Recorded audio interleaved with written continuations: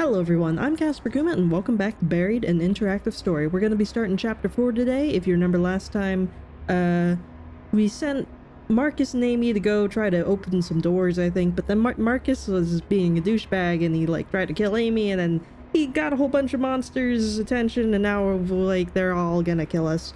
But it's okay, because we left Marcus somewhere else and hopefully they eat him. And we also got to test out if our ammo did anything to the creatures, and it doesn't really do anything, it just kind of slows them down. So we should probably not rely on that to save our lives. But you never know. Maybe I should have saved some of those bullets, but it's kind of nice to know whether or not it does anything. The ride up the elevator is tense. I take a series of deep breaths, doing everything I can staying in control. Amy has gotten back to her feet, but her head is pressed against the elevator wall as she suppresses a series of sobs. I find myself trying to remember the way those creatures looked, but my mind seems to shudder at the effort. I have seen something that is an impossibility, a mockery of what I know is real. This fills me with terror as that dwarfs anything else I have felt since discovering the facility. I try to focus my mind on something else and remember Marcus's threats. I wonder if we'll see Marcus again, I say, mostly to myself. Do you think Marcus got away from those things? Amy asks. I sorta hope not. You know, he's kind of a douche. Me too, she says, looking at the ground, her arms folded. So, I say, how did you end up here? She gives a nervous chuckle and shrugs. I used to work with the Pentagon. It was some pretty upper echelon stuff that I still can't discuss. I assume this place is even more upper echelon, I say? This place isn't even on the scale, she answers. My other job was a cakewalk compared to this. Then why stay, I ask. Because the money is ridiculous. I have a 13-year-old daughter already talking about Harvard. You do the math. Harvard, huh? That's ambitious. Any other kids? I mean, if she didn't bring them up, then probably doesn't have any others. Either that or she only is proud of this one. Harvard, huh? That's ambitious. Oh, I know. She's a force of nature. Her dad ran off when she was 3, so for a long time it's just been her and me. Amy pauses before continuing softly. What if I never see... Her voice breaks off, the words too terrible to say. Her eyes fill with tears. The elevator comes to a stop, the slight ding of it interrupting the moment. Amy hastily wipes her eyes, and we waste no time getting back inside the command center. Is this safe, though? I mean, that's a silly question, but I thought there were monsters on this floor, too. Maybe not. I ready the rifle, suddenly certain that there are more of those creatures waiting for us in the hallway of the second level. But the way is clear, allowing us to haul ass to the command center. Once again, I find myself staring at the screen that shows my ruined worksite. Okay, Amy says, typing commands rapidly. Can't be that hard. I keep peeking over my shoulder, my senses feeling as if the monsters are sneaking up on us, mere inches away. I then think of Dennis and wonder how he's faring back on level 3. Is he safe? I look back to the screens and see that Amy has finally found what she's looking for. A prompt on the screen says, override of hangar doors and all level 3 locks require clearance code. Amy types in the number with shaking fingers and the screen goes black for a moment. The moment the words override confirmed come up on the screen, Amy jumps from the chair and heads out of the room. We have to be quick, she says. We have exactly 20 minutes to open those hangar doors. Maybe not question it. We gotta go. Then let's get moving. We got things to do. Need no time to question things. I follow her out of the command center and bound back down the hallway towards the same elevator that brought us here. Wait, I don't I don't think it's a good idea. The monsters are right on the other side of that. Like when it opens, won't it? Isn't this gonna be a problem? Amy punches the elevator button and the doors slide open. We're taking the same elevator back to the biochem room, I ask. Those creatures are still down there. It's the only way back down, she says. The other way is blocked by the hydraulic doors we pulled. Hopefully the creatures left. Hopefully. Neither of us say anything else as we share a look of immense dread. We step back into the elevator and head back down to the biochem room on level 3. I feel like this is a situation where you try to... you see in the movies, when they open up the elevator hatch on the top, I feel like we should get up there, and then once it, lands on level 3, we, give it a second, see if the monsters come in, and once they see that there's no one in the elevator, then we shuffle our way down onto the floor, you know? I don't know. Probably not gonna happen, but it's wishful thinking. Hope Marcus is dead. Hope we find his body in here, melted into the ground, because he's a douchebag. As the elevator doors open, we peer out, looking to see if the creatures are still in the area, but it's all clear. When Amy looks to me, her eyes are clear and strong. Marcus wasn't entirely wrong, Amy says as we start walking back towards the hangar doors. About what? I ask. About how I am partially to blame for this. You're right, you are. Why would you be to blame? I mean, it just kinda is. Well, yeah. I mean, well, let's just ask before we start pointing fingers, and then we'll point fingers. Why would you be to blame? Some of the things we do here, it's scary. We should have known that one day something like this would happen. Everyone here with knowledge of what goes on in level 3 is to blame, she says. It's a secret government facility, hidden from the tax-paying public, I say, doing crazy, dangerous stuff. So yeah, as I mentioned before, you're insane, and you're partially to blame by just working here. So why don't you tell me a bit more about what does go on level 3, I ask. Are you familiar with the Large Hadron Collider over in Switzerland? I've heard the phrase, but that's about it, I say. It's a powerful particle accelerator, she explains. Right now they're using it to try and create what's called dark matter. It's theorized that this dark matter actually makes up the majority of the universe, but parts of the universe are very different from ours. My guess is that people at the LHC will probably create their first dark matter particle in about 2018 or 2019. Wait, are we already screwed? Did they already do it yet? Here in this facility, we were able to create one almost 10 years ago. It was the key to our research. Does this have something to do with these things? What does this matter do? What does this matter do? We use dark matter to assist with instantaneous transfer of a subject. We have yet to perfect it or understand why it works. So you're saying that it lets you gain access to different dimensions, I ask. That's the theory, she says, but during the point-to-point transfer, the subjects are gone for about 3 to 6 seconds. There's no way to see or measure their presence, but they exist somewhere. From what we can tell, they exist in a kind of void. Have you done this with people? We have sent human subjects through. Almost all of them have returned successfully. Almost. I make an involuntary grimace. Almost? There was one man, Dr. Kana, who didn't return. We don't know where. She trails off, taking a moment to collect herself. Sorry, asked, I say, feeling my mind start to bend inward again. As we continue to walk between the silos, we walk past the area where we left Marcus behind, but he's long gone. Maybe he found a way out. I realize that we are walking very close together between the silos, perhaps trying to create the illusion of safety. We reach the exit connecting to the hangar doors where Dennis hopefully still is. My guts clench and my heart hammers in my chest as we open the door and walk through. I lift the rifle, but at first it seems that there is nothing waiting for us. And that's when I see the glowing, hulking shape to my left closing in fast. Well, we're screwed. Dennis, are you around? Because I don't know if this is going to work out so well. The creature is about 10 feet away and coming in quickly, so I do the first thing that comes to mind. I drop to the ground, making myself a smaller target, and raise the rifle. I'm not sure if I should just unload on the bastard or try to be choosy with my shots and weaken it. Or at least slow it down. Well, we're not going to be able to kill it. Let's be real. So I guess shoot to weaken. My shot causes the entire milky white frame to jerk up to the floor. It flounders, its ghost-like tentacles writhing with rage as it cries out at me. It seems to turn and jerk away, parts of it appearing and disappearing every few feet. It moves down the hall and out of sight. I look quickly around for others, but there's only Amy. She looks at where the monster went with wide eyes. Her face is pale, and I wonder if, like me, she's able to feel her mind trying to retreat. Come on, I say. Let's find Dennis, and get through these hangar doors. Amy glances at her watch and nods. We're already down to 6 minutes. We turn towards the hangar doors, and I'm a little disgusted with myself because the bloody scene that so shocked me before now seems mild. Amy goes to work on the computer console on the side of the doors. She starts punching in the keys before saying, "This is gonna take some time." "I thought you already unlocked it," I ask. "I did," she says, "but for this door there's still security permissions I need to hack.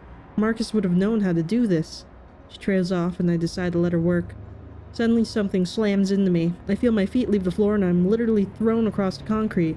I look up in time to see one of the creatures. It's apparently in no hurry to attack me again, focusing on Amy instead.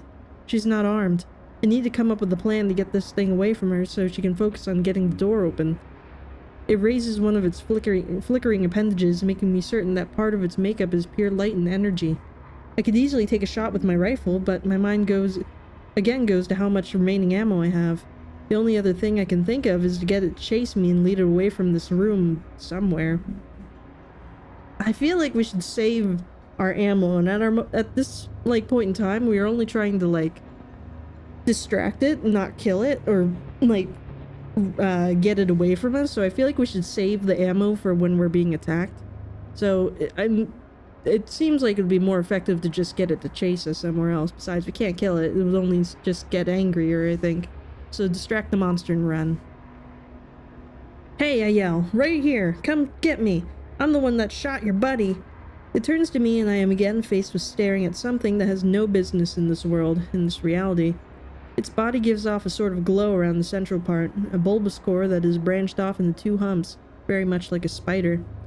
Again, I sense that this visual information is not accurate, but it's the best my simple mind can do to make sense of this impossible creature. It starts lurching towards me and lets out a shriek of agony that makes my ears feel like they'll explode. Now that I'm sure that it's coming after me, I take off running and head into another hallway that we haven't been down. I find myself in the industrial-looking area, and I'm pleased to find that the monster has followed me through. I don't know if that's a pleasing thought, but whatever. Guess it's better than it eating Amy, then we'll never get out of here. Marcus, you in here? I could use you as bait. The room seems to be an assortment of old pipes and tanks. I assume some of them run further down into the other areas of the facility. With the creature on my tail, I dash into a maze of metal, hoping to lose it. It's definitely having a harder time squeezing through than I am, and that slows it down. Of course, the room's not a cage of any kind. The thing is still heading towards me, shredding through the pipes as it rages. I notice that sometimes it is breaking the steel girders, but other times it seems like it's somehow merging or changing them. Pipes that were separate are now connected together in a way that makes my head hurt. I finally get a good amount of distance between myself and the creature. I think it's lost my trail. I need to get back to those hangar doors. There's not much time before they close shut, but if I make a sound, that creature could be on my heels again. Find the escape quietly, run as fast as you can. I don't know. I'm afraid if we, don't make it in time, you know?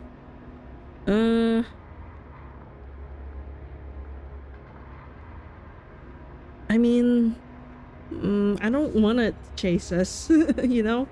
So, but, how long are we gonna hide for? I feel like we should hide. I don't know. Maybe Amy can hold the door open for us.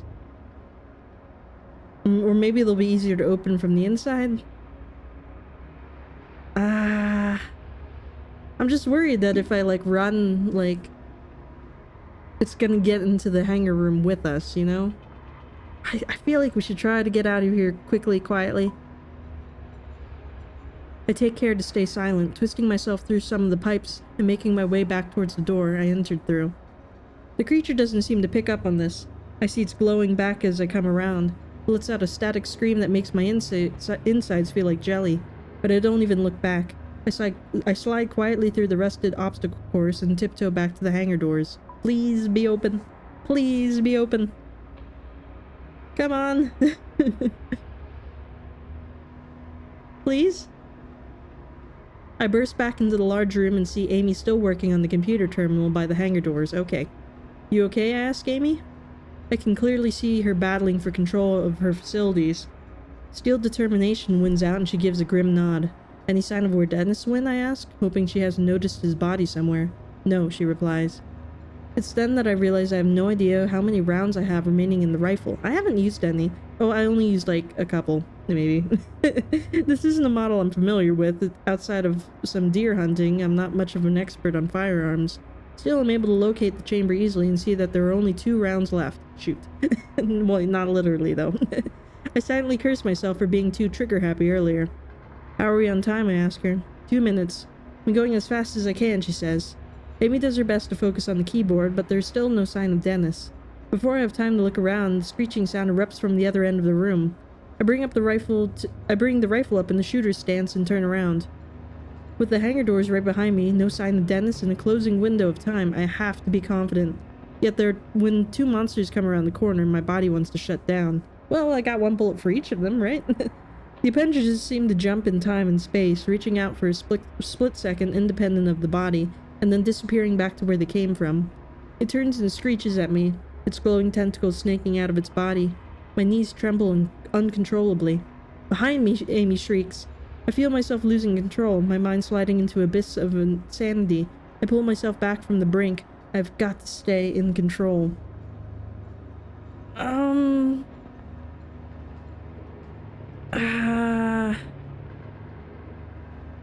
Turn away and do what? You know? How close are they? Because, well, I want to shoot them. I'm a bit nervous. Like, of how many bullets I have left. I feel like I can hold on to them still until they're, like, right next to us, maybe? I don't know. Oh, no, wait, is it behind me Amy yelling, or is it behind me Amy's yelling? You know, like, is she saying that the monsters are behind me, or is she yelling behind me? I think she might just be yelling behind me, so they might not be so close. I don't know what turn away means, but I don't want to shoot them because I only have 2 bullets left. I could stand here and use my last 2 shots, but what good would that do? So instead I turn to face the hangar doors.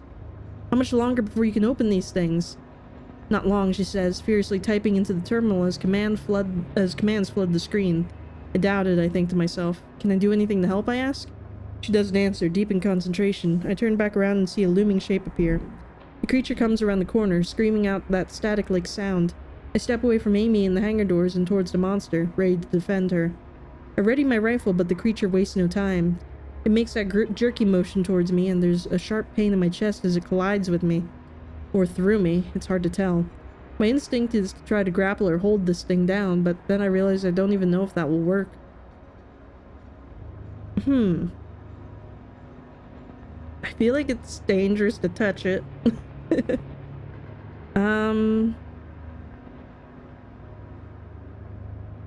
But would it work? It feels like a bad choice, though, if it hurts just to touch it. But it would be nice to know. There's a sharp pain in my chest as it collides with me. Or through me. Well, you know, if I die, I die. I'm just curious. Can we touch it?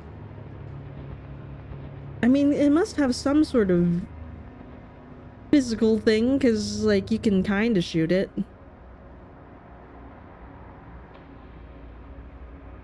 I mean, our instincts, they're telling us to grab that sucker. Let's just give it a shot. We're gonna die if we don't. Anyways, I try to grapple with the creature, but it feels very different from my struggle with Marcus earlier. It's not easily grabbed. My fingers slide through parts of it, and some parts like a ghost, others like a jellyfish. Touching it burns my hands, but only slightly. Oh, that's good. When I realize I can't grip it, I quickly spring away and turn to face it. With a scream of defiance, I raise the rifle and put a round in its core. Shot lands dead center, and the light inside of it flickers almost violently. It falls back against a wall, issuing a hiss of its telltale static noise. It then jerks away and retreats, at least for now. Well, that's good. Another terror appears out as if out of nowhere. Screaming at me with its high-pitched whine, it bounds forward, charging in a strange, spastic way. I aim the rifle, intending to take this one in the core too. I take several shots, but it's still coming at me. As it slams into me, I pull the trigger again and realize that my rifle is now empty. On contact, the wind is knocked out of my lungs and the back of my head strikes the floor. But neither of these things is as alarming as the fact that the beast is on top of me. Its exterior is like a seashell that has been pounded by the surf for so long that it has lost all edges and ridges. But the grip it tries to capture me with is pure violence. I feel those light-soaked appendages start to wrap around me. I raise the rifle, knowing it's empty, but hoping to use it as a wedge to push that thing off of me. The weight of the monster is erratic. One moment I feel weightless, and another I feel like I'm going to be crushed. I push upwards with the rifle. The monster budges a bit, but almost seems to absorb it, wrapping it in its grip. I see the core of its body, a spider-like shape connected to the rest of it by thin, white strings of tissue. I'll be dead within seconds unless if I can fend it off or get help. Release the rifle and punch it. Scream for Amy, or scream for help from Amy. Well, we know we can touch it a little bit, and we know where the core is.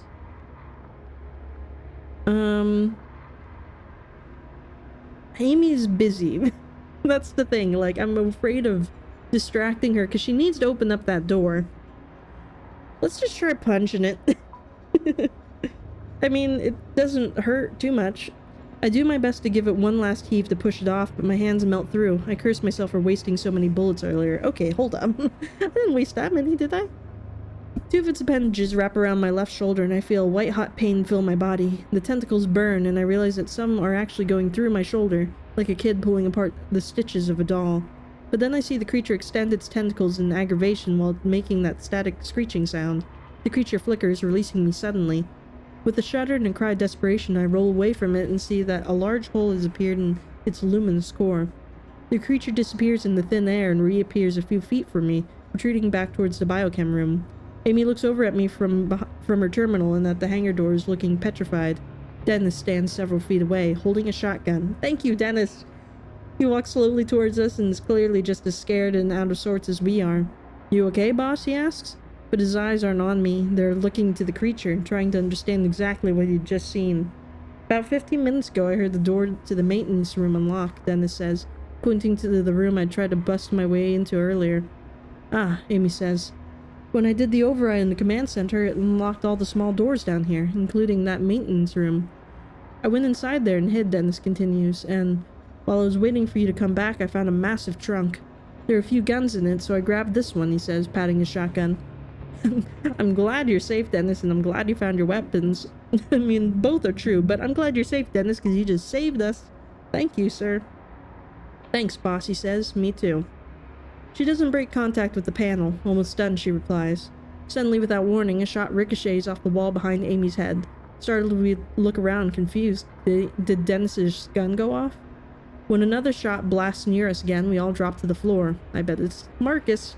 I look around, wondering who or what could possibly be shooting at us. Those creatures don't do anything that seems remotely like gunfire. And then I see him. Marcus. I should have killed him when I had the chance. He has a rifle and is walking towards us, an insane look in his eyes.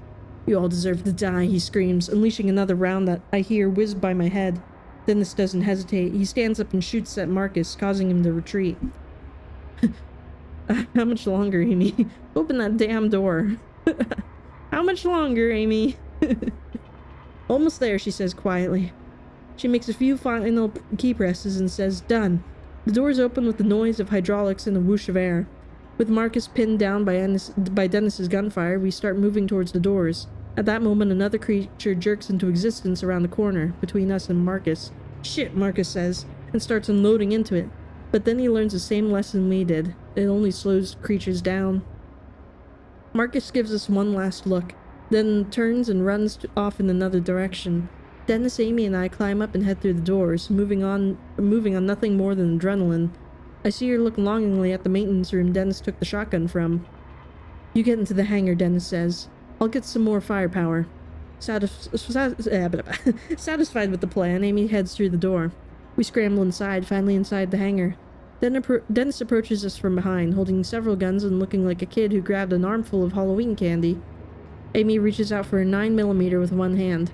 Dennis turns to me and holds out a shotgun and a handgun for me to choose. Both look deadly. The shotgun looks more powerful, but the handgun will probably be more precise.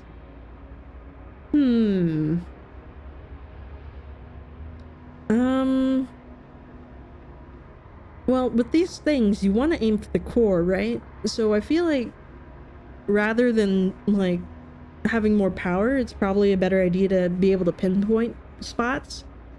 So let's take the handgun. We took the handgun. I select the handgun and I'm comforted by the way it seems to fit perfectly in my shaky grip. There are more creatures coming, as many as a dozen. They're floating down the hall quickly, their tentacles slithering. The way their light seems to mingle together is almost beautiful. Close the door, I yell at Amy. She dashes to another terminal mounted on the inside of the hangar doors and tries desperately to close them. It's not working, she says, with tears in her eyes. This terminal is disabled. Dennis looks through the open doors, readying himself to shoot the first monster, then nears us. Should we try to slow down a few, or just run for it, he says, his gun at the ready. Let's run for it. There's too many of them. We don't want to waste all of our ammo on this. Good idea, says Amy. With that, we turn around and sprint out into the hangar floor. Let's go! I hate these doors. They don't open when you want them to open, and then they won't close when you want them to close. A bunch of useless doors. Whoever designed this place needs to be fired. The room is enormous, so large that to call it a room seems silly. A large concrete floor stretches out below an expensive lofted ceiling. The area is almost empty, except for one side which has rows and rows of metal barrels. Back on the far wall is a lit area that seems to expose more rooms, labs, and machinery. Also in the rear of the hangar, I see some kind of chamber or control center. Dennis and I follow Amy across the hangar floor. Behind us, a series of rough slithering sounds tells us that the creatures have made their way into the hangar. From somewhere up ahead, a loud buzzing noise sounds out. It reminds me of the slight buzzing noise I'd heard in the forest, the noise I've tried to avoid. Looking ahead, I see that in the far back of the hangars, a bright red light is flashing. There's a small hatch or door below the light, and the hatch is open, and I can see a shape inside it. I can barely make out the figure of a man standing there holding an industrial microphone, and as soon as I see him, I hear his huge amplified voice. It blares down over the intercom system, and he sounds pissed. I don't know who the hell you are, but this is a government facility on lockdown, and there are protocols to— Shit! I assume the curse coincides with the exact moment he sees the creatures. They're making their way through the hangar doors. There are maybe 20 feet between us and the creatures. I act instinctively, firing twice as a handgun comes alive in my hands. One shot goes into the core of one of the monsters, causing it to jerk backwards. Another shot slows down another. The accuracy I get with the 9mm is amazing. Amy and Dennis take the cue and start firing as well. The floor becomes littered with a swirling white fluid from the wounded creatures' bodies, but they are not slowing down. The alarm keeps shrieking behind us, and when I turn to see if anything has changed back there, I trip over my feet. I hit the ground hard and, in almost comic fashion, slide several feet across the floor. From the ground, I see that we have managed to turn back 4 of them, but I also see that my estimate of a dozen is off. There are at least 20 of them. They're sick, dim, sinister, and they're sick, dim light, sinister and gloomy. Their appendages seem to bind together as they come forward. My only hope of survival is that the man in the far doorway has somehow shut the hangar doors. His voice comes blaring over the intercom again, broken by the booming noise of gunfire that we are laying down. Run here, towards the isolation chamber. I'm not sure how much time we have. I realize that I sprint ahead of Amy and Dennis, or I can hang back and give them cover. Run or keep shooting to cover the others?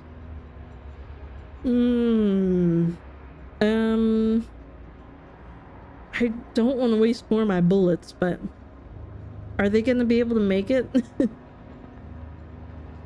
I mean, surely they have adrenaline running through them too. I know Dennis is injured, and I don't know how fast Amy is, but I don't want to keep wasting all of our bullets on this, and there's like 20 of them, you know? I can sprint ahead of them or hang back. I'm just worried about Dennis, because he is super duper injured. I don't want him to be like covering our backs, because I should probably stay and shoot.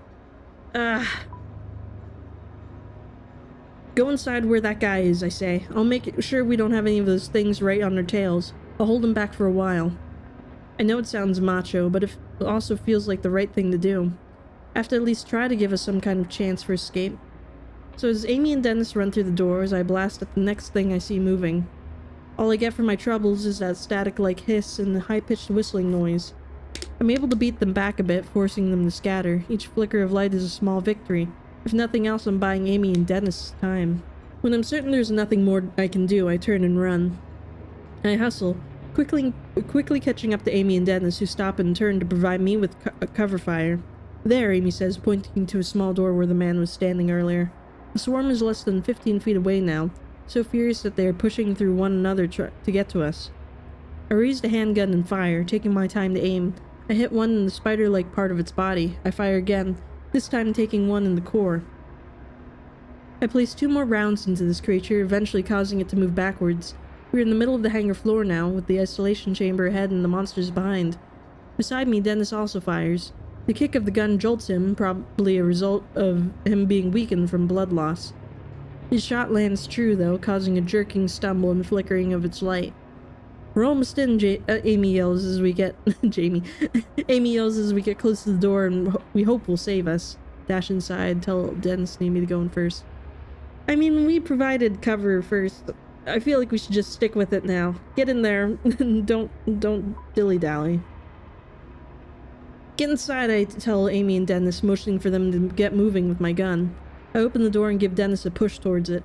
He resists, more eager to try taking down another of the beasts before he makes it to safety, but eventually gives in. I wait a beat and make sure Amy is inside too. I fire off a few rounds on the creatures that are still headed for us, hoping to slow them down. When Amy and Dennis clear the door, I nearly dash inside. But then I feel something hot seep into my back. "Roger!" Dennis yells. The pain in my back is so immense that I barely notice the fact that I'm being lifted from the floor. I look down and see one of the creatures is using its flowing arms to grab me by my waist, its tentacles wrapping around me.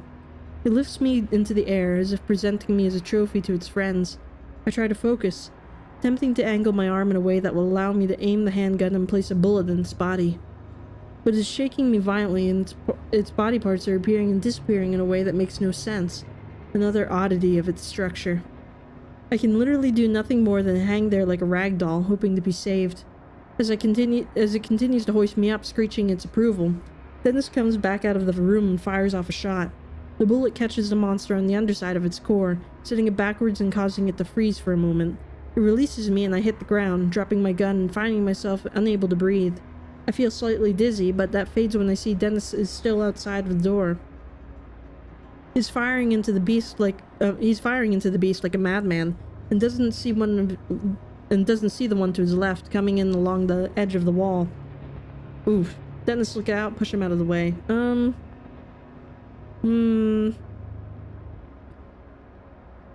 mean, how, like, far away from me are, like, because we're all dizzy and stuff, I'm afraid we're, like, gonna miss, you know, so maybe it'd be best to just yell, "Dennis, look out!" Hearing my voice, he turns to look directly at me, but this is the opposite of what he needs to do. Shoot. Damn it. Behind them, the creature glides up, shaking back and forth in space as it moves. By the time Dennis turns to see the creature coming, it has already drawn several of its appendages back to strike.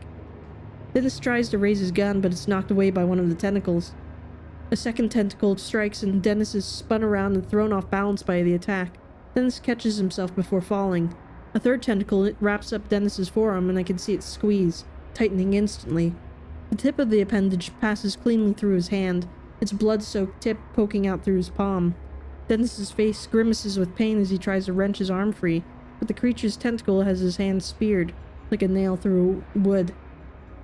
In a moment of dark clarity, I realize that I can free him with a clean shot at the monster's tentacle, but it'll likely mean blowing Dennis's hand off. "Dennis," I yell over the creature's high-pitched static sound. "Can you get free? I have a shot, maybe." "No." Dennis's gasps as the creature tosses him around by his hand like a puppet. "Don't shoot! I can get free!" I can't tell if he's right, but the other monsters are starting to encircle him. I need to act fast. Can he, though? I mean, He says not to shoot. Should I just trust him?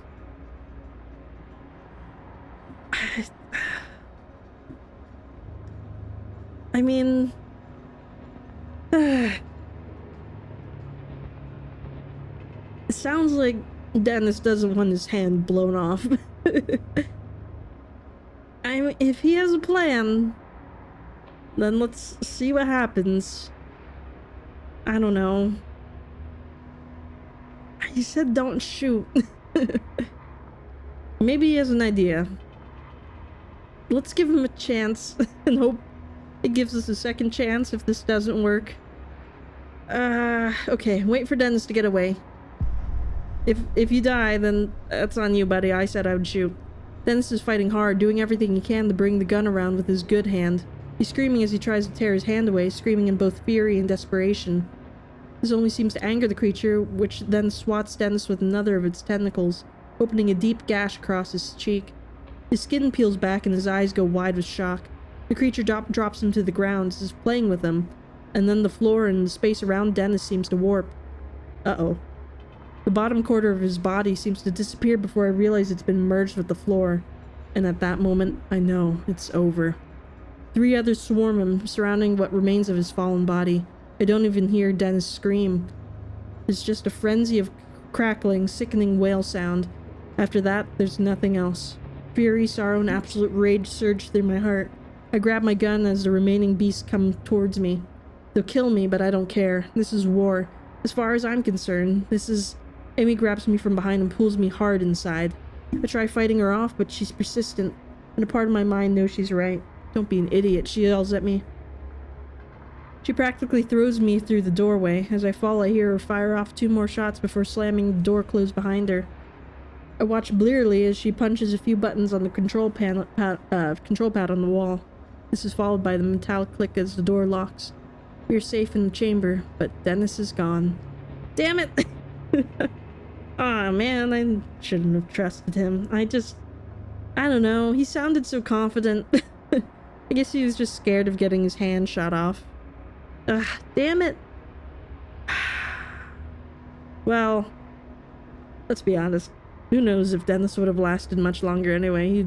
He's been bleeding all over the place, and his, like, ribs are all messed up. It's been, like, hours since we've left the lodging site, so who knows. Who knows? Or not lodging site, logging. Man. Why couldn't it have been Marcus? Damn it. That's a shame.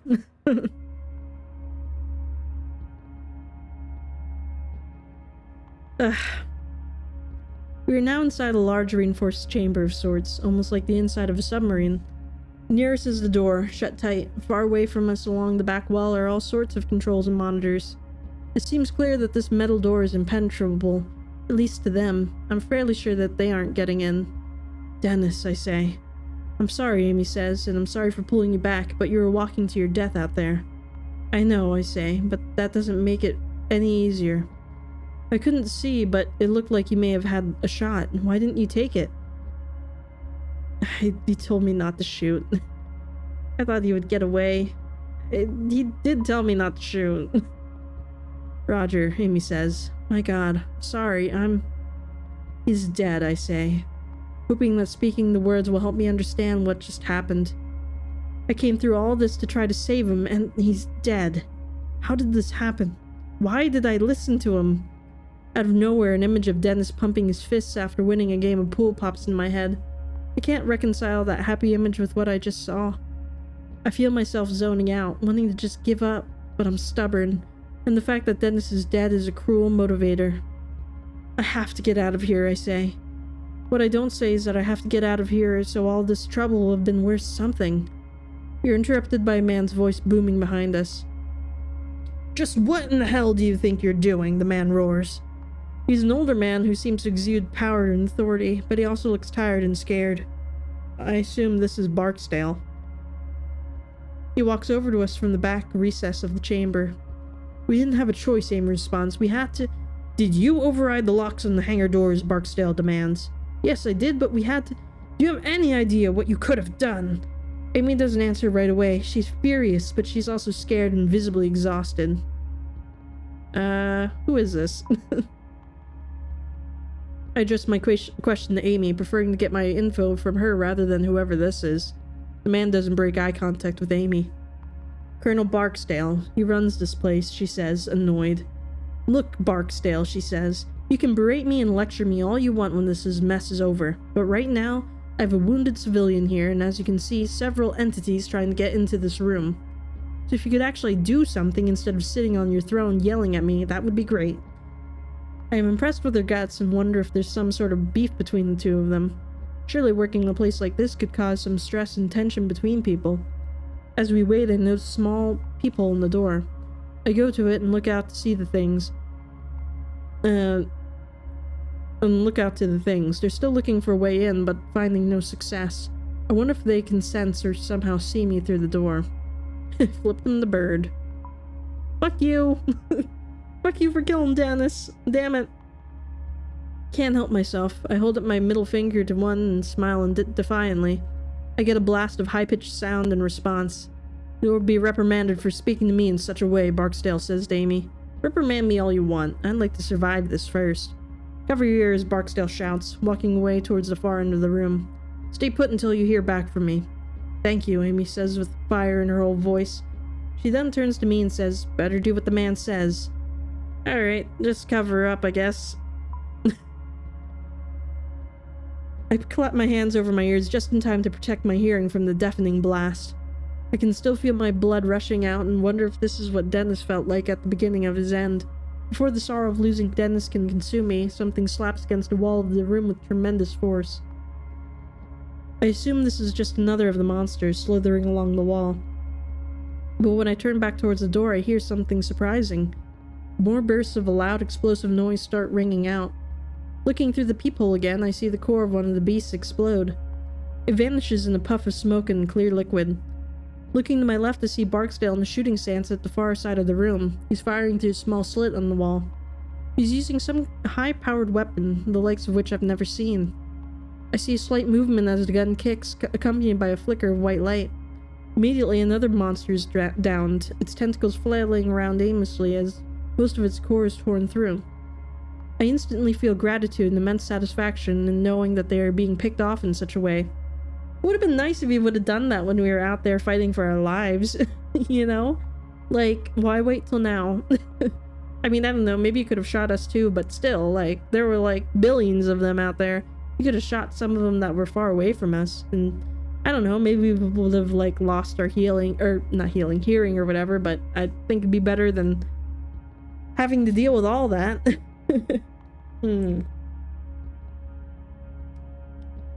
Well, I say we sit down and rest.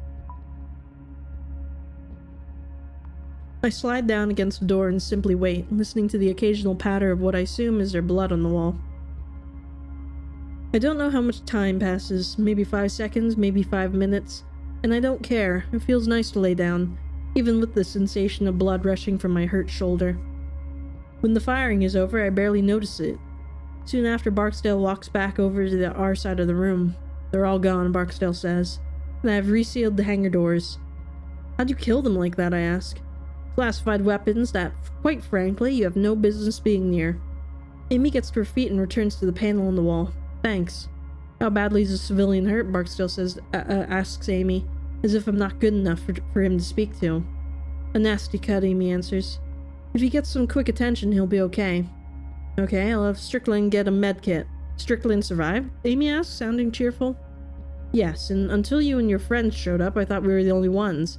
Hang tight, she's on her way. With that said, he retreats away from the back of the room, as if he can't stand to be around us. Amy approaches me and looks me over. You're in good hands. Strickland will be able to fix you up. Is she a doctor or something? Sort of. She's also a physicist, but oddly enough, she spent time as a trauma nurse in the army.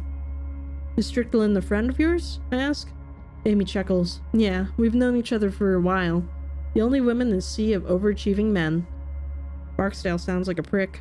You must be glad Strickland survived. That sounds kind of dark. Sparkland sounds like a prick. That's because he is, Amy says. But he runs this place, so he sort of has the right.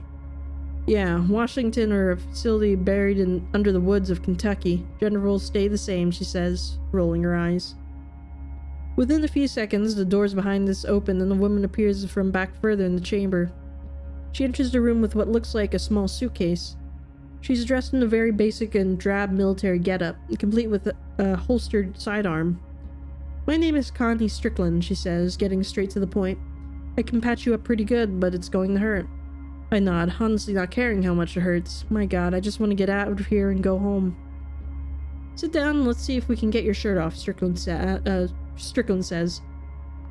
I sit down slowly and start unbuttoning my shirt. She has to help me slip it off my shoulders, but we manage. How bad is it, I ask. Bad, she said. It almost looks like a burn, but I've seen much worse. I may as well talk to Strickland, and if only to distract from the pain. So, what's your story? Strickland rolls her eyes as she gathers up a needle and some thread. I was always into fringe science. I started in labs where these eccentric Russian scientists were being funded by the US to work on combining DNA types. I sort of became obsessed with perfecting human physiology while I was a trauma nurse in the army. You were a mad scientist then, I say? I get that a lot, but no, not compared to the stuff that we do here. I don't even know if I want to know. But I'm kind of curious. What kind of stuff? It's complicated. Comar masses, quantum gravity, crunching things down into their Schwarzschild radiuses. Fun stuff. Yeah, mad scientist, I say, trying to keep myself calm with dry humor. There are lots of small labs working on the same stuff, she argues. They just don't have our funding. When you guys ran in here, she says, I was horrified. Those barrels outside. I'm not sure if you saw them. Well, if you'd shot them, it could have been bad. Why? I ask. Green ones are filled with experimental fuel that is highly flammable. The yellow ones contain liquid nitrogen. What? I ask. Just laying around? Yeah, well, this area is the safest in the building, the most secure. Well, it used to be anyway. And take this, she says, handing me 4 pills. Painkillers. They won't work immediately, but they'll dull the worst of what you're feeling.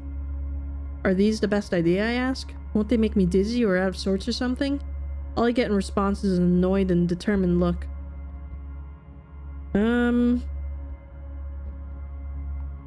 Will they make me dizzy? I don't know.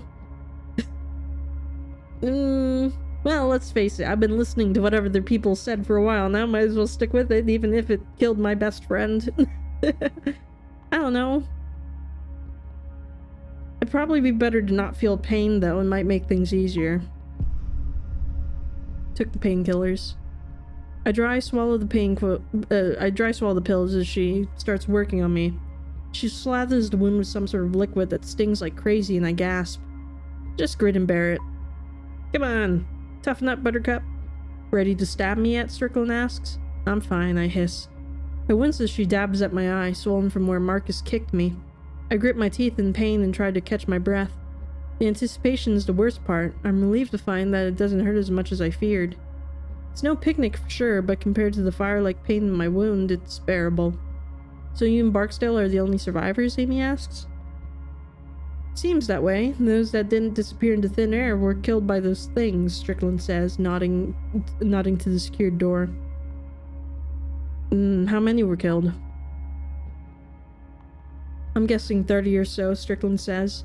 I'm not sure how many were scheduled to come in today. I'm glad to see you. Where were you when it happened, Amy asks. I was in the micro lab on level 2, Strickland replies. Park and O'Brien were in there with me and they just disappeared, I guess. Looks like they were being stretched or distorted, and then there was a ball of white light and they were gone. The ball of white light just annihilated everything it touched. Would it leave a perfectly round hole, I ask, a light bulb turning on in my head. We saw some of these things up at the logging site.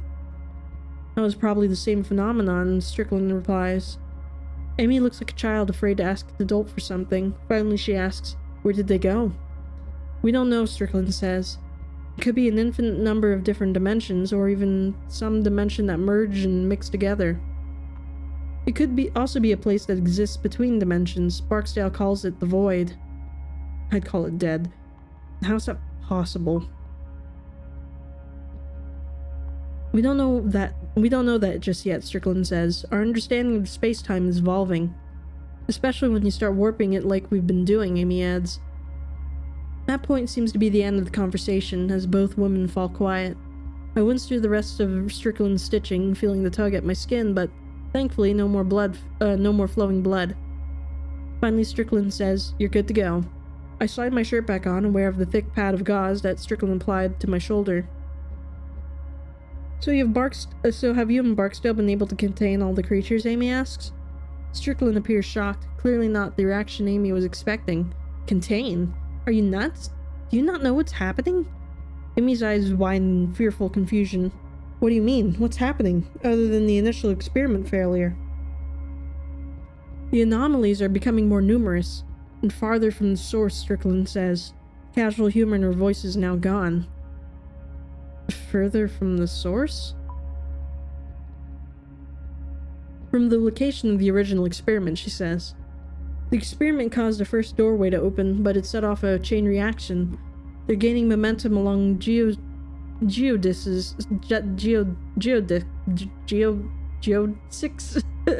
emanating from the facility. It's these pockets of exotic matter and negative energy that are letting those things in. What the hell does that mean, I ask. It means, Amy chimes in, that those doorways and monsters are starting to appear all over the facility, maybe even the surface. Not yet, luckily, Strickland says, but the doors will start appearing on the surface, and it won't stop there. The anomaly's reach could extend infinitely as far as we know. Those entities will appear on the surface in other states, other countries. Holy shit, I say. You mean the world is going to be overrun? The horror of the past few hours has made me ready to believe anything, but this is almost too much. Unfortunately, yes, Strickland says. My God, Amy says, stepping away. Isn't there anything we can do? There's the last resort, Strickland says, her eyes darting over to Barksdale at the back of the room. There's an emergency failsafe switch. What? Amy says, I've never heard of that. Where? We weren't cleared for it, Strickland replies. And that switch, Amy says, is a way to stop this? Yes, Strickland says, seeming uneasy with the conversation. And why haven't you hit the switch already? Well, there's two problems with hitting it, Strickland replies. The switch is our eraser. It destroys the entire facility and terminates any systems or experiments that are being conducted. It's also an emergency shutdown for interdimensional travel. It puts an event horizon around the facility. What the hell is that, I ask, incredulous.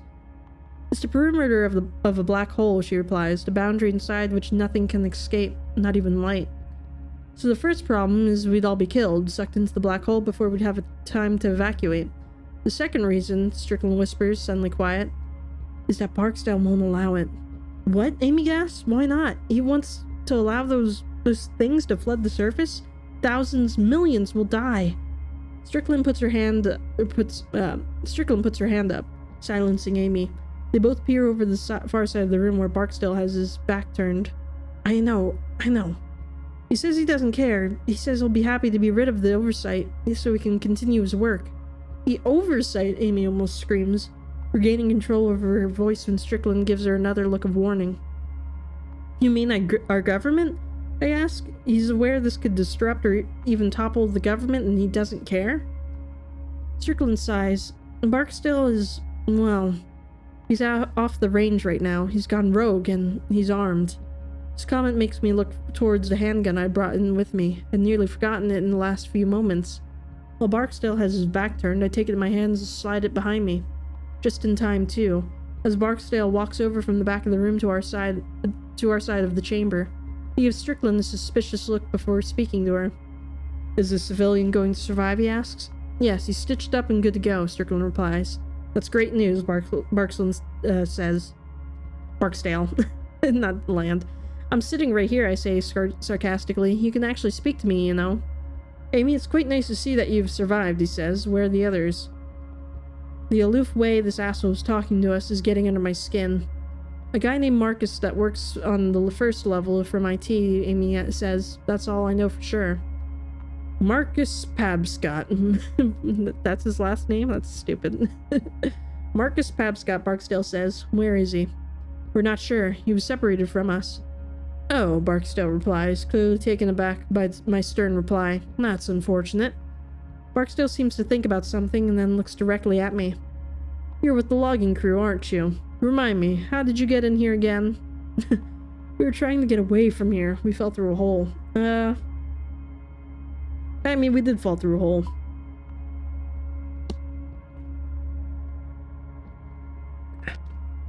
Ah, right. We lost our primary power source when the experiment failed, Barksdale says.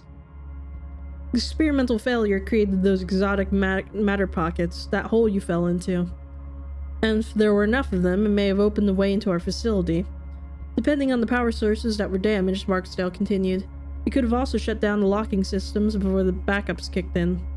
Everything is starting to make sense now. From the very start, it had seemed peculiar that we'd been so easily able to walk into the place like this. What caused the experiment to fail? Your crew hit one of our main power lines. We aren't sure exactly how, but we know that's what did it. You're trying to blame all of this on me, I roar? The timing was unfortunate, Barksdale says. Where's the rest of our crew? I'm guessing dead, but it's nice to ask. Your crew, Barksdale asks. Frank and Joe? They're gone. Gone? Gone where? I ask, my voice trembling. Hearing him speak the names of my crew enrages me. They were annihilated by an antimatter pockets created during the failure. A bright ball of light. In the aftermath, all you'd see would be a round hole in the ground. Barksdale says this like he's sharing yesterday's sports scores. I let my face crumble into my hands. I had suspected this all this time that they were already dead. So, Amy asks, what do we do now? Now it's time to continue our work, Barksdale says calmly. Keep turning away to the instruments on the near wall. You're insane. I mean, I want to say it, but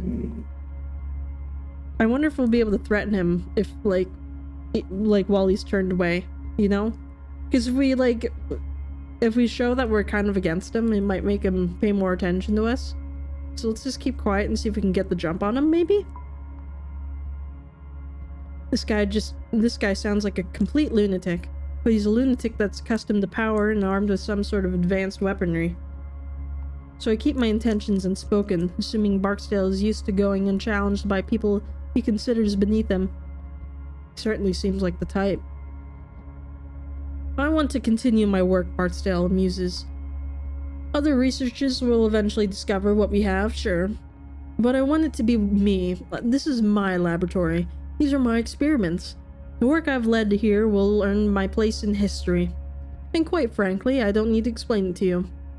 Up on the surface, they'll struggle to defend themselves since they won't know what they're dealing with. I have necessary weapons.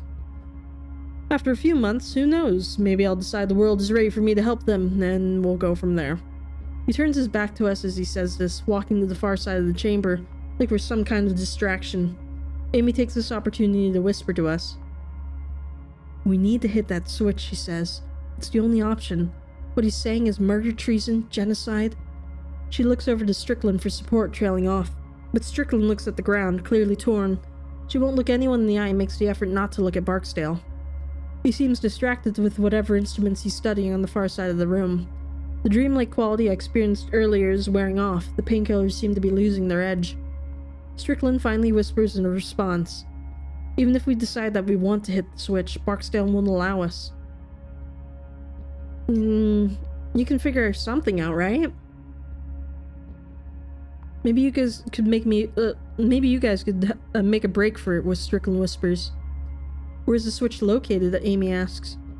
There's an elevator out in the hangar, Strickland says. Take it to the basement. The switch is at the end of the long tunnel, But Strickland never finishes. Two things happen at once as she speaks. Her mouth stopping in mid-sentence. First, a loud booming noise rings out, and then the top of her head seems to explode. Oh my god. Amy screams out in surprise, and I jump back in shock as Strickland's body collapses behind me. Behind her fallen body, Barksdale is holding an experimental rifle, and now he's pointing it at us. Well, that's fantastic. Psychopath. Damn, this chapter goes on for forever. I wonder if Barksdale is even crazier than Marcus. He just shot a woman that worked for him to keep her quiet. Surely he won't have an issue with killing me. Now, Barksdale yells, no more whispering, no secrets, you two will stay in here. And get away from that door. If anyone whispers one more thing, I'll blow your heads off. My mind is racing to figure out a way to get through the secured door and into the hangar. Beyond that, of course, there was a failsafe switch. I mean, both of these are the same thing, aren't they?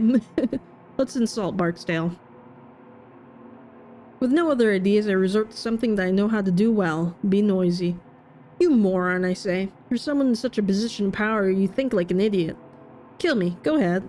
But then you better get someone out into these woods to move my equipment. You really want the police snooping around the wrecked logging site for missing loggers? If someone as dumb as me found my way into your little hideout. My rant is having its intended effect. Barksdale teeth clench and rage fills his eyes. You're a fool, he shouts. You don't have the slightest idea how difficult the work we do here is. How advanced and world-changing. Keep him talking. Not yet. You scientists think you're so smart, I interrupt. But you have no common sense. All the knowledge in the world is useless if you have no moral compass. Barksdale's starting to lose control. His breathing intensifies. If you think that for one moment that you could, as quickly as I can, raise my gun and fire. I don't even take aim, I just fire into Barksdale's general direction. Barksdale takes off running as my shot misses wide. He runs for cover at the back of the room. That's all we need. Amy also fires a shot to keep him under cover as we head for the door. Amy pushes a button and the door swings open. Barksdale will be on us in a second, so we dash out into the hangar ready to defend ourselves. Oh, not the hangar. Not where the monsters are. Oh, we're gonna die.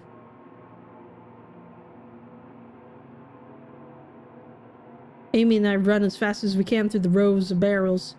Barksdale comes charging out of the chamber almost immediately. As he steps onto the hangar floor, he starts shooting. Each shot sends a jolt of fear through me as I wait for a bullet to end my life. We need to get to the elevator on the far side of the room, Amy tells me. It leads down to below to the switch. Let's sprint for the elevator. Let's fend off Barksdale first. I have a feeling he'll shoot us if we just turn around and run. He's a military man. He's trained to shoot running things, you know? I think we have to fend them off a little bit first. We both lean out from the cover of our barrels and take several shots at Barksdale. He steps back into the isolation chamber, which gives me a sense of victory. But then I realize he may be reloading whatever high-powered weapon he has. We need to move, I say. Agreed, Amy says. We both take off at a full sprint for the other side of the hangar. Somehow I make it through the rows of barrels and get to the elevator's entrance. I turn back to allow Amy to enter first, but she isn't there. I look back to the barrels and see that she has fallen about halfway down the row. She doesn't appear to be hurt, but she's paralyzed with fear, sitting motionlessly as Barksdale peppers the area with gunfire.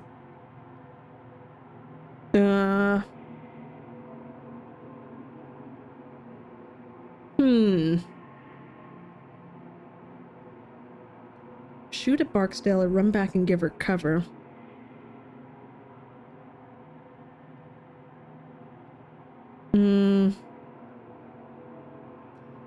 After what happened to Dennis, I kind of feel like we should go back just to be sure. It sounds more dangerous, but I'm thinking we have to go with the more dangerous thing to save her life. I'm guessing we won't die, right? Not yet. Maybe we have some sort of main character armor. I'm just afraid that we're too far away from Barksdale to really do anything, you know? Let's run back and give her cover. I start to step out into the open and head back for Amy, but Barksdale gunfire pins me back into the elevator entrance with a loud bang. Apparently he's reloaded that weapon of his. As the sparks fly inches from my face, I realize I have to help her from here. I then remember the contents of the barrel. One color has highly flammable fuel, and the other contains liquid nitrogen. I'm no scientist, but I'm pretty sure liquid nitrogen is mostly harmless unless you have direct contact. If one of those barrels gets shot and the liquid nitrogen spills out, I'm fairly positive it will simply evaporate. That'd create a cover of sorts for Amy, like a smoke cloud. Ah, hell. But which barrel holds the liquid nitrogen? Strickland told us, but I can't remember. I have to remember quickly, or Barksdale's going to get careless with shooting, with his shooting, and we could all die. Gray or yellow? Well, one of them had a fuel, and the other has liquid nitrogen, right? So, I would assume that they'd put the dangerous liquid in the yellow barrels, because that seems more like a caution. Like, you know, like I feel like dangerous things are always brighter. So let's go with gray? Hopefully? I can't remember. Gray. I'm pretty sure the gray barrels have liquid nitrogen in them. Regardless, I don't have time to second guess myself. I take aim and pull the trigger, hitting a gray barrel 20 feet or so away from Amy. There's nothing at first, and just as I wonder if I had hit an empty barrel, there's a deafening explosion of fire. Well, that's a shame. It knocks me to my ass and I can hear Amy screaming. As flame and debris rain over me, my heart sinks. It wasn't the gray barrels. I just shot a barrel full of fat fuel. I stand up, feeling the hairs on my arms have been singed slightly from the fire. I can see Amy out there, but her leg is on fire and she's doing everything she can to roll it out, but everywhere she rolls, there's more fire. Just as I'm about to run and help her, I hear gunshot. I freeze for a moment, assuming the shot is meant for me. But as I watch, a large red hole blooms in Amy's back. As she topples over, I glance up to see Barksdale with his gun, proud of his kill. Sorrow and fury boil up within me, and I have to keep it under control. I have to get to that switch. With Amy gone, there's nothing else for me to do here. I turn away from the hangar and head to the elevator. My nerves are drenched in fear and adrenaline. When they reach out and press the call button on the elevator, it feels like I'm watching someone else do it. I step inside and the doors close. The motors on the elevator sound like dying dogs. As the elevator slides down, the light from the flame gives way to complete blackness. And now I'm on my own. Well, shit. That's a shame, isn't it? Why would they put the non-dangerous stuff in the gray barrel? That's so boring. I mean, why did they put dangerous stuff in the gray barrel? It doesn't make any sense. I lost track of how long the elevator descends. It's hard to tell due to the lack of lighting, but I must go another 500 feet underground. The elevator comes to a stop with a shuddering clang, and I waste no time exiting. A tunnel stretches out with a sparse white bulbs lighting the way. Most of the wall is made of raw earth and rock, but there are boards and concrete slathered in areas used to reinforce the tunnel. I see a warning sign posted on the wall. I want to read it, but there's not much time.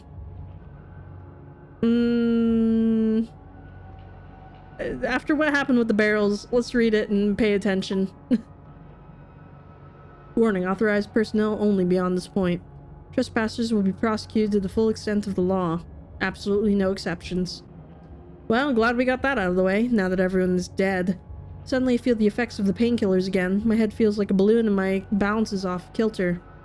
I look up, and when I see that the tunnel ceiling is less than 6 inches over my head, claustrophobia freezes me for a moment. Still, it's much better than facing the monsters above. I wonder, then, walking through the darkness where they came from, is the portal still open? The bulbs do little to thwart the darkness. I hold the gun in one hand and reach out to touch the wall with the other. Feeling the wall under my palm anchors me to reality. Sanity.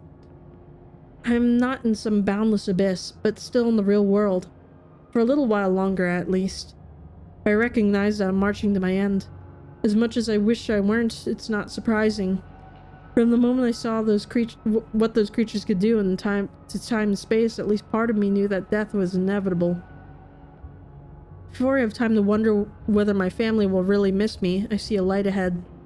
It's nothing more than a speck of blue light, but in the darkness of the tunnel, it's like a lighthouse on the stormy sea. I slog forward, my eyes straining to focus on that little light ahead. From somewhere ahead, I start to hear something that sounds like water. It is trickling lightly like a leaky faucet, and behind that, there's something that sounds like wind, a light breeze through an open field, and a voice. Anywhere else, the sound would have been pleasant, but here in the blackness of the tunnel, they're menacing. Hell no, we're not talking to it. Stay quiet. I don't make a sound, instead trying to make sense of what's going on around me.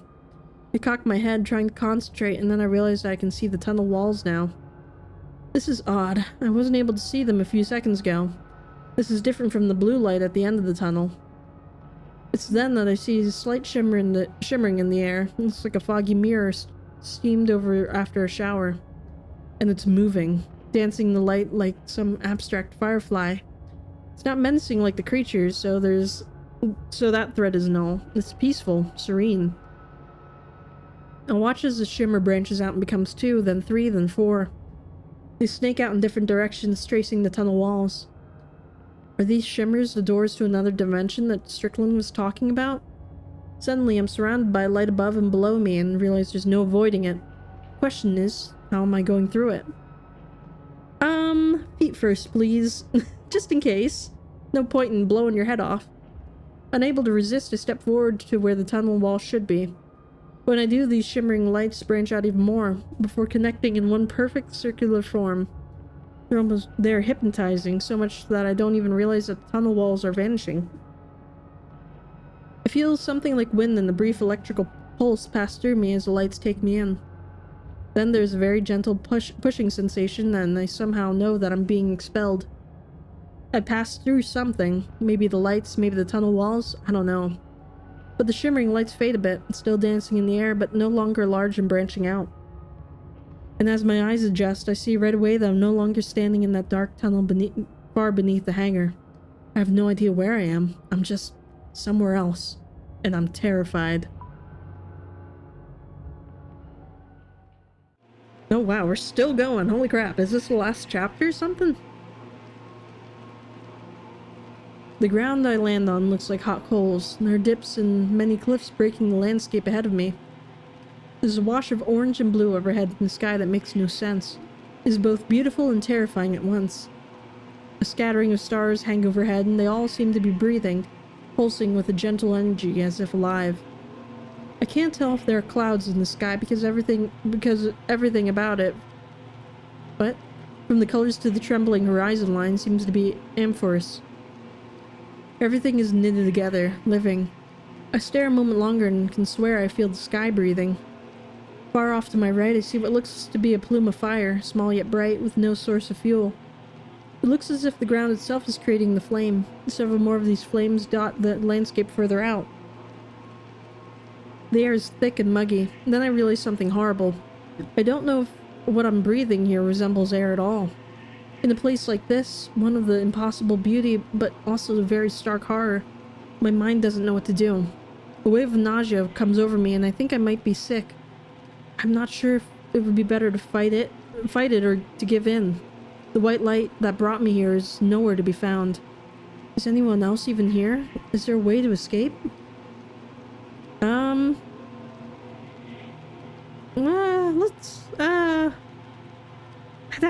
I doubt anything's here.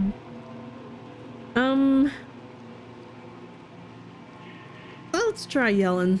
Although what if there's monsters? That would be bad. Let's look around. I continue to look out at this nightmarish landscape and see a few other unexplained oddities. There are billowing flames in the distance, not like a volcano or explosions, just some kind of slow heat crawling upwards that defies reality. This analogy seems even more fitting when I see the thin, vein-like roots of fire that twisting into the ground and then darting back out in all directions. I get that sick feeling again in my gut and realize my mind just needs something to focus on. And then, it's then that I hear a voice. It is faint, distant. I turn and hear it coming out of one of the massive crevices along the ground. Inside of that crack, about 10 feet down, a very pale man lies on the ledge. He's human, but he looks close to death. He's in the center of a large pool of blood, and his left leg has been twisted and torn in a natural way. As I walk to the ledge, he looks up and sees me. "Help me, please," the man says. His eyes are wide, although everything about him speaks of weakness. He's close to death or insanity, or both.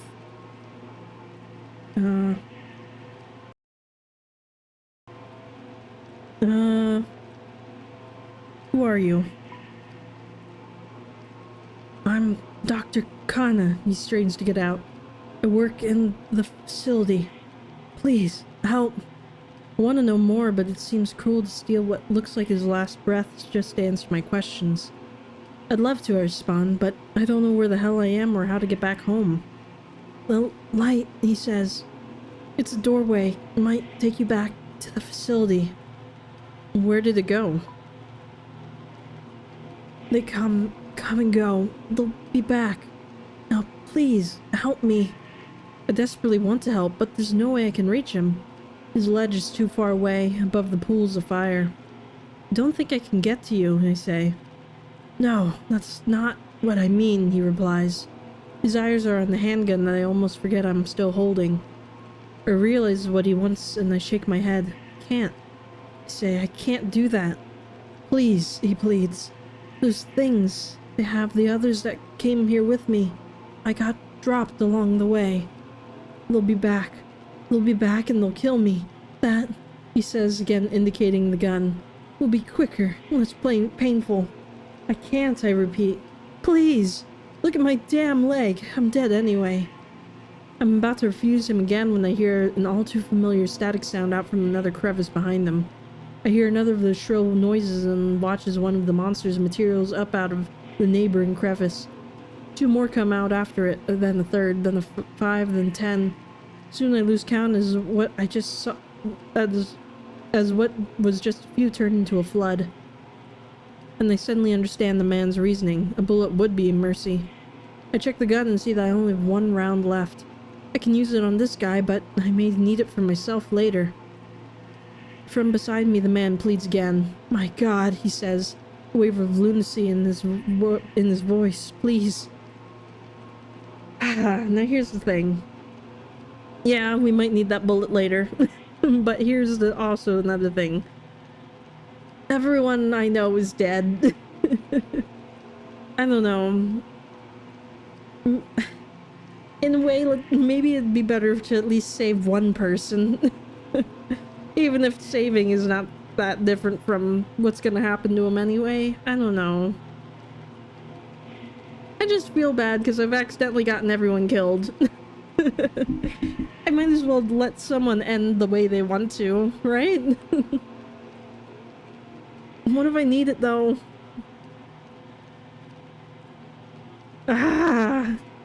It's like I really want to help him, but like, what if I need this one bullet, you know?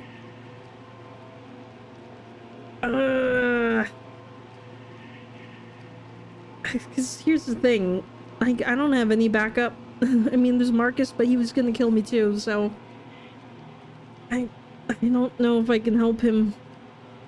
I mean, he's already gone. Oh God. I don't know. I might need it.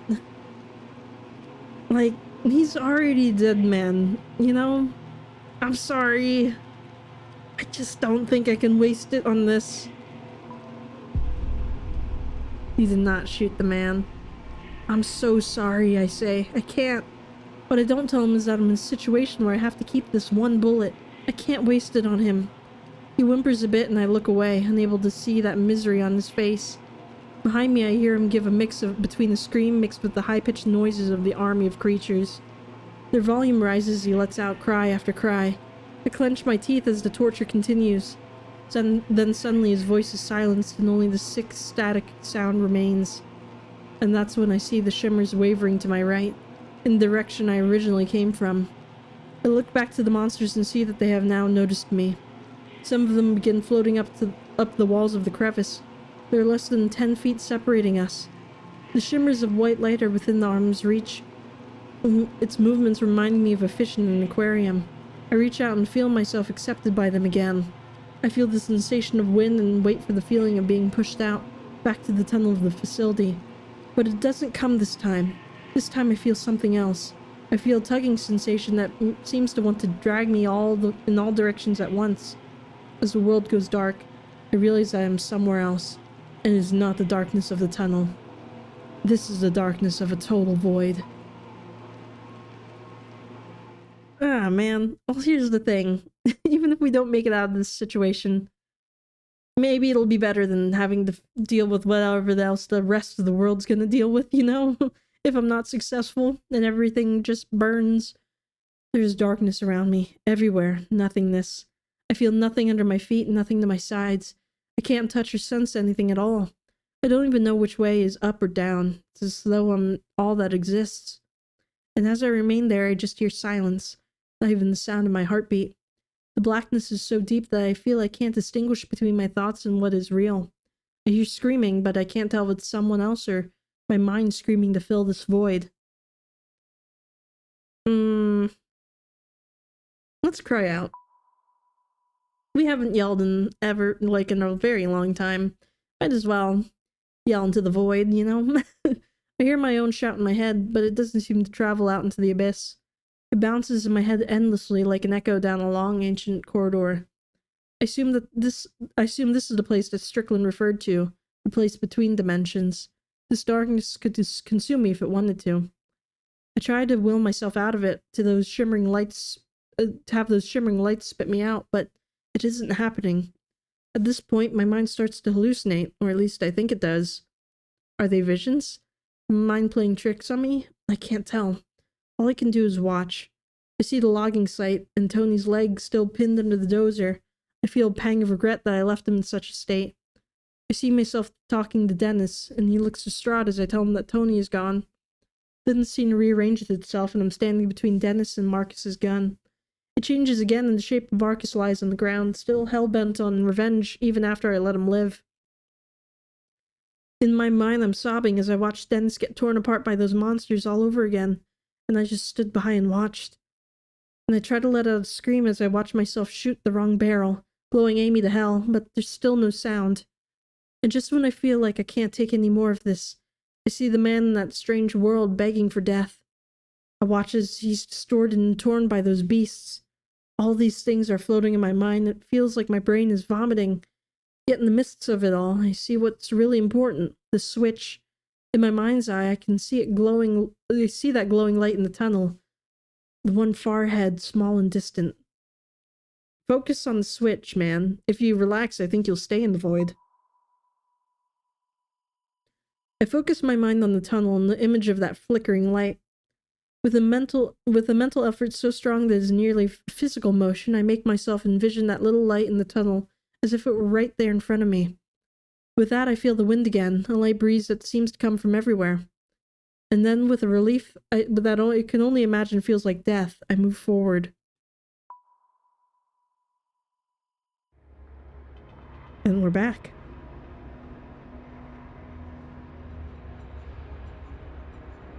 I'm ejected from the void and I'm suddenly standing in the tunnel again. I let out a wail of triumph that turns into a bout of weeping. The weeping only intensifies when I see that light up ahead, a flickering blue light. Somewhere behind me I hear a crackling noise. The monsters from that other place, they have come through, but not at the same time. They've gone down the tunnel the other way in search of me. And now, because of my crying, they knew I was here. I feel like I could listen to get a better read on where they are, or I can just make a break for it. I mean, I guess we could try to listen, but I don't know. I mean, they teleport. Let's just go.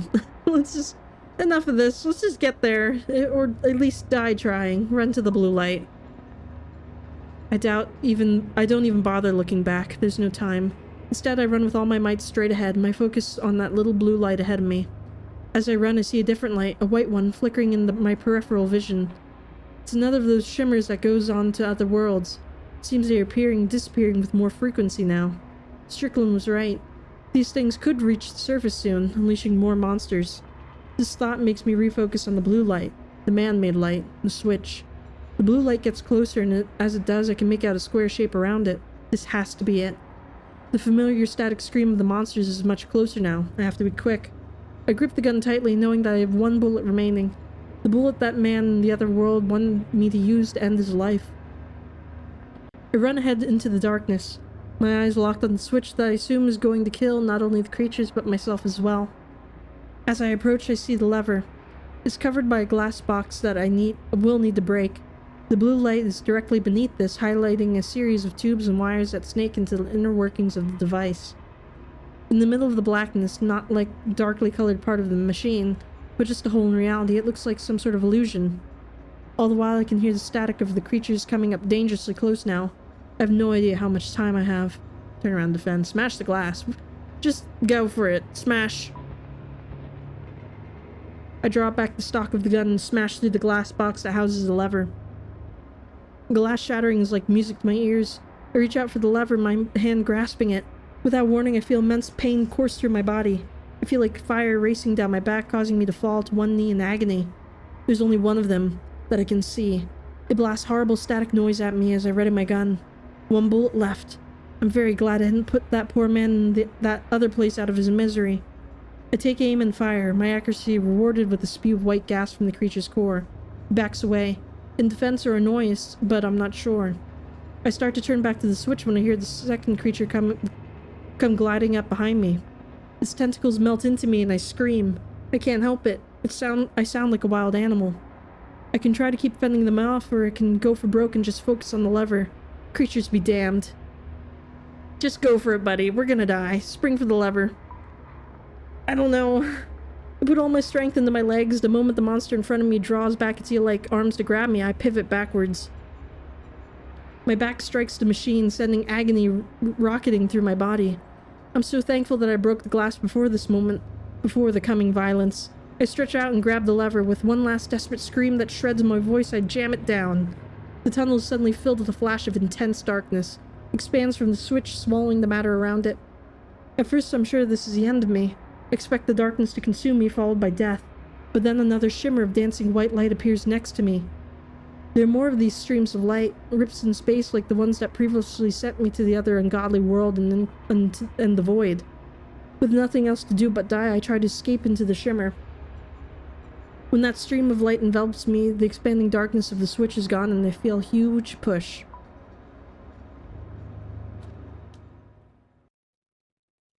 My body feels stretched, collapsing. Like I'm falling in all directions at once. The world goes white and then there are the pinpoints of stars everywhere.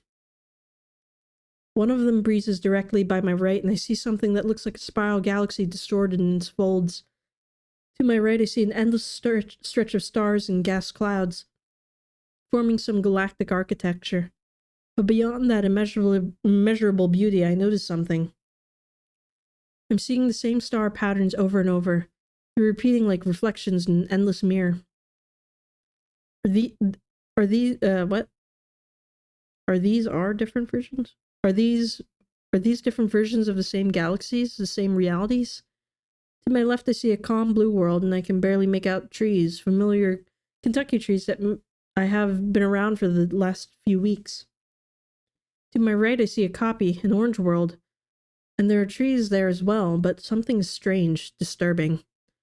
As I zoom by, I'm not sure how much control I have in this unusual place, but if I can just direct myself, it's worth trying. I don't see the benefit of going to the orange world. Probably go to the blue one. Right? I don't know. You decide to head to the blue world. I try to focus my mind on heading towards the blue world, not knowing what to expect. My breath escapes me for a moment. Everything is dark and peaceful, and nothing hurts.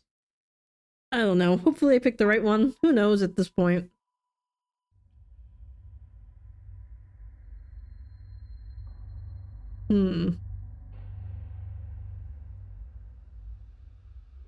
With breath back inside my body, I gasp and open my eyes. I'm back. Back at the logging site. How? I'm not sure. Did the shimmers react with the implosion of the switch? Some other accident? I have no idea. I sit up right away and become instantly dizzy. I wonder if I'm somehow back in time, before we found the facility. But what happens next makes me realize that can't be true. There's a tremor in the ground, somewhere off in the distance. I hear a metallic groan. The buried facility. It's being ripped apart under the ground by the activation of the switch.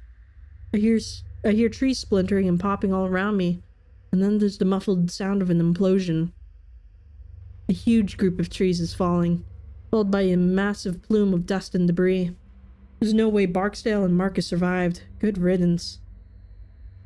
I look in the direction where I found Dennis sitting before this all started. It's then that I remember that he's gone, along with Amy. Still not sure how I got out of that facility alive. That, I suppose, is the most important thing, alone but alive. So then I look up and notice the sky. Uh-oh, did I pick the wrong world?